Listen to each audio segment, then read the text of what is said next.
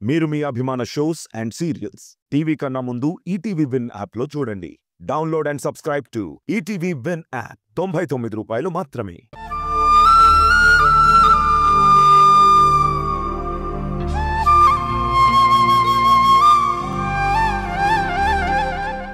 కానీ వాళ్ళని పెంచిన ప్రేమ, వాళ్ళ మీద మమకారం గుండెల నిండా పెంచుకున్నాను.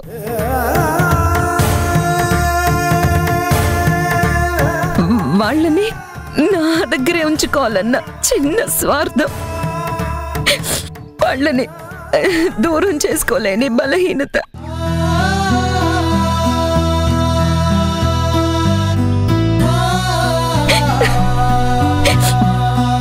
వాళ్ళ మీద నాకెంత ప్రేమ ఉందో మీకు ధరణి బాలుల మీద అంతే ప్రేమ ఉందని నేను అర్థం చేసుకున్నాను. నా కళ్ళతో నేను చూశాను.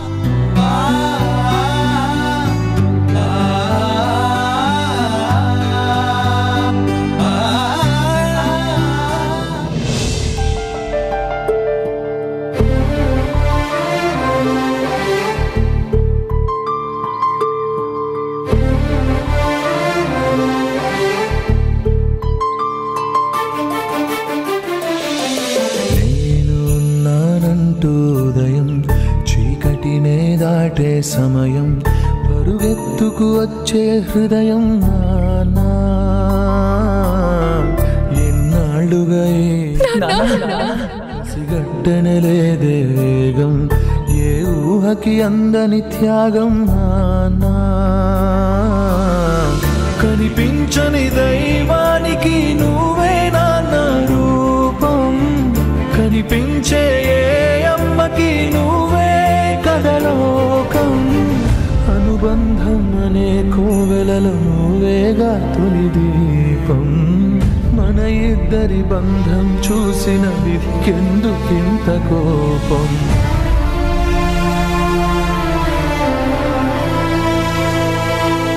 అన్నయ్య, తమ్ముడు, చెల్లి, అన్నయ్య.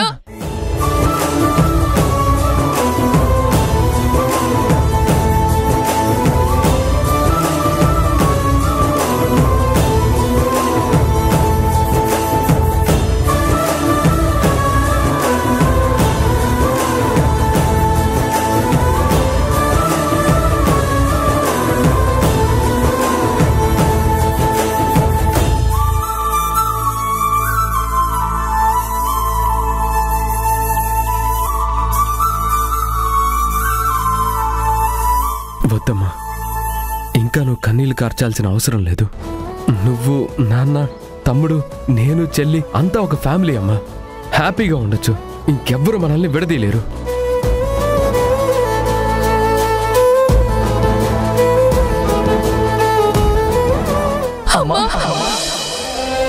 వేల అక్షరాలు, కోటి పుస్తకాలు చెప్పలేని ప్రేమ అమ్మే కదా.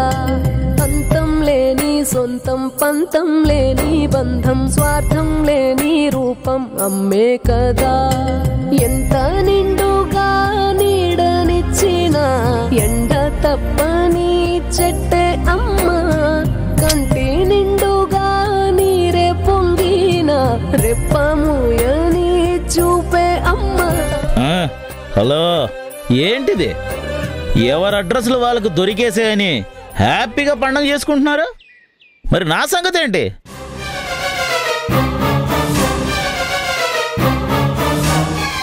మీ పిల్లల గురించి మీకు తెలిసింది నేను చెప్పబట్టే కదా. మీ ఫ్యామిలీ అంతా ఒక్కటైంది నా మూలంగానే కదా.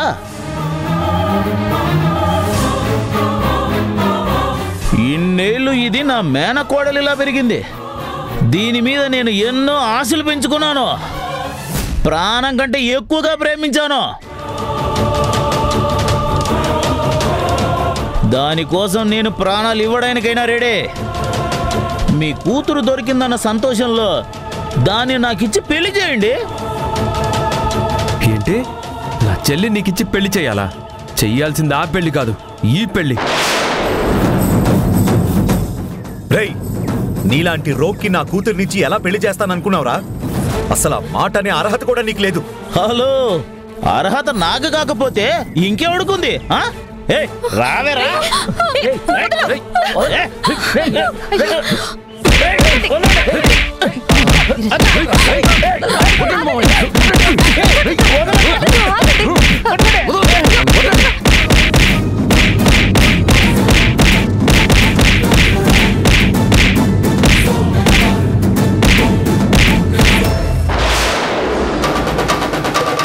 ఏంటక్క ఫోన్ చేసి మాట్లాడవేంటి?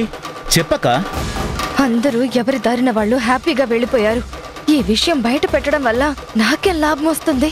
ఇన్ని రోజులు ధరణి బాలుకి చాకరీ చేశాను.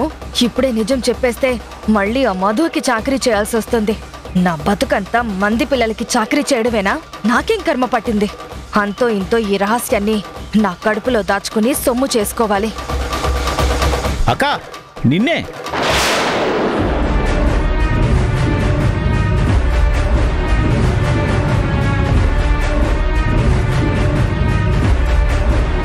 వద్దు, చెప్పొద్దు. ఈ టైంలో ఆ మెంటల్ గాడికి ఈ విషయం చచ్చినా చెప్పకూడదు. చెప్తే ఇప్పుడు నేను కలగన్నదే నిజమవుతుంది.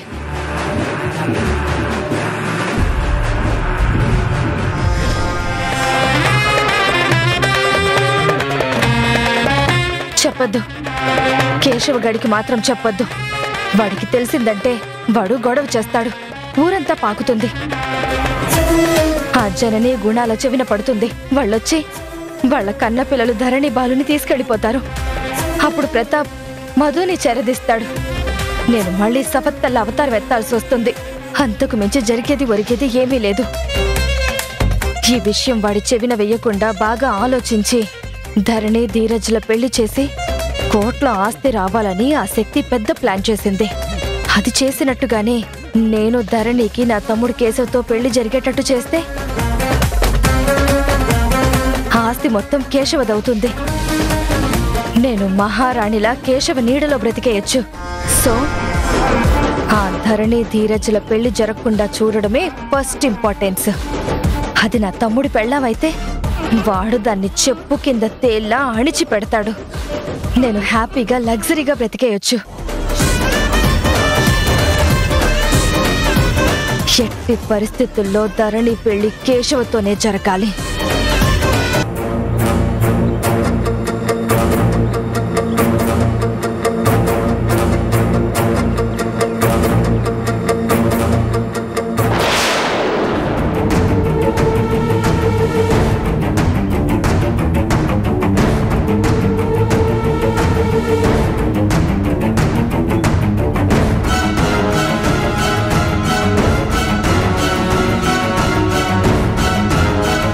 నిజం తెలిసాక ఈ ధరణిని ఇక్కడ చూస్తుంటే ఏదోలా ఉంది.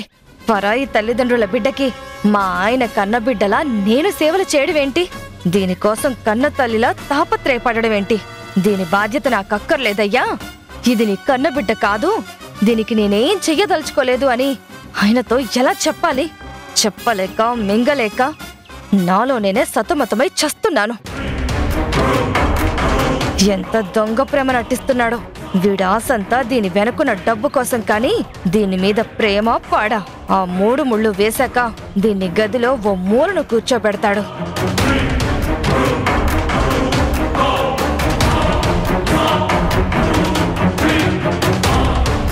ఈ అబ్బాయి ఏంటి మళ్ళీ వచ్చాడు? మళ్ళీ ఏమైనా దెబ్బ తగిలిందా? కట్టు కడుతున్నావా? నమస్తే ఆంటీ. నమస్తే. ఏంటి మళ్ళీ వచ్చావు? మళ్ళీ ఎక్కడైనా దెబ్బ తగిలిందా? ఏంటి, దెబ్బ తగిలితేనే రావాలా, లేకపోతే రాకూడదా? ఆ అబ్బాయి వల్లే వాళ్ళ ధరణి క్షేమంగా ఉంది. లేకపోతే నీ తమ్ముడు దాని బతుకు నాశనం చేసేవాడు తెలుసా? సాయం చేసిన మనిషి పరిచయం అయ్యాక 1కి 2 సార్లు వస్తే తప్పేంటి?